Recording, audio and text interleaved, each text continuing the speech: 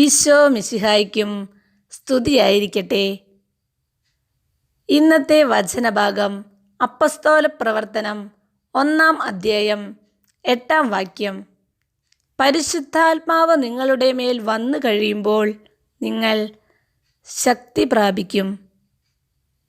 പ്രിയമുള്ളവരെ, പരിശുദ്ധാത്മാവ് എന്തിനാണ് നമ്മളെ ശക്തിപ്പെടുത്തുന്നത്? വിശുദ്ധിയിൽ ജീവിക്കാൻ. ഒരു വ്യക്തിക്കും പരിശുദ്ധാത്മാവില്ലാതെ വിശുദ്ധിയിൽ ജീവിക്കാൻ സാധിക്കുകയില്ല. പലപ്പോഴും നാം ചിന്തിക്കാറുള്ളത് വിശുദ്ധന്മാർക്ക് മാത്രം സമ്മാനമായി ദൈവം കൊടുക്കുന്ന ഒന്നാണ് പരിശുദ്ധാത്മാവ് എന്നാണ്. എന്നാൽ അങ്ങനെയല്ല.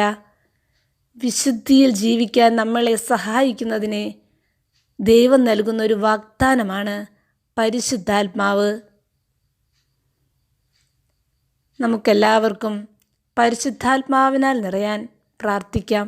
ഹൃദയങ്ങളിൽ പരിശുദ്ധാത്മാവേ എന്നിൽ വന്നു നിറയണമേ എന്ന് ഉരുവിട്ടുകൊണ്ടിരിക്കാം. നമുക്ക് പ്രാർത്ഥിക്കാം. ഓ ഈശോനാഥ, ഈ വചനം കേൾക്കുന്ന എല്ലാ മക്കളിലും പരിശുദ്ധാത്മാവിനെ വർഷിക്കണമേ. വിശുദ്ധിയിൽ ജീവിക്കാനുള്ള വലിയ കൃപ വർഷിക്കണമേ. പരിശുദ്ധമ്മേ, ദൈവമാതാവേ, സകല വിശുദ്ധരെ ഞങ്ങൾക്ക് വേണ്ടി മധ്യസ്ഥം വഹിച്ചു പ്രാർത്ഥിക്കണമേ. നിത്യം പിതാവിനും പുത്രനും പരിശുദ്ധാത്മാവിനും നാമത്തിൽ ആമേൻ.